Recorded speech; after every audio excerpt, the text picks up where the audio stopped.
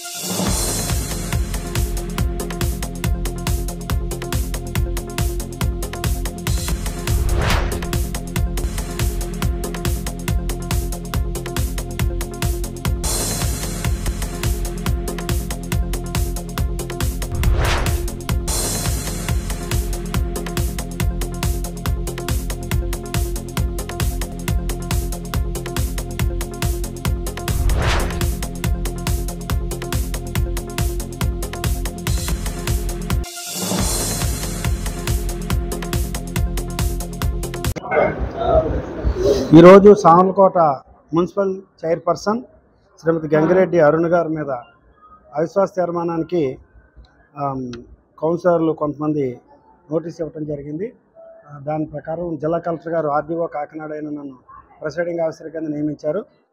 Accordingly నేను ఈ రోజున ఉదయం 11 గంటలకి మున్సిపల్ కౌన్సిల్ యొక్క సమావేశాన్ని సింగిల్ ఎజెండాతో స్టార్ట్ చేయడం జరిగింది.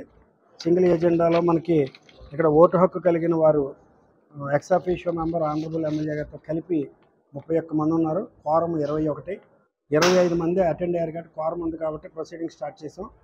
ప్రొసీడింగ్స్లో 25 మంది హాజరయ్యారు. 25 మంది అవిశ్వాస తీర్మానానికి అనుకూలంగా చేతులు ఎత్తడం జరిగింది. వ్యతిరేకంగా ఎవరో చేతులకి ఎత్తలేదు, అలాగే తటస్థంగా కూడా ఎవరు లేరు. అయినా సరే ప్రొసీడింగ్స్ అయితే కంప్లీట్ చేసాం. ఫలితాలు అధికారికంగా ప్రకటించట్లేదు. దీని మీద ఆల్రెడీ ఆంధ్రప్రదేశ్ గౌరవ హైకోర్టు వారి డబ్ల్యూపీ నెంబర్ 12579/2005 ప్రకారం వారి యొక్క జడ్జిమెంట్కి లోబడి తుది తీర్పుకు లోబడి ఈ ఫలితాలు ప్రకటించడం జరుగుతుంది.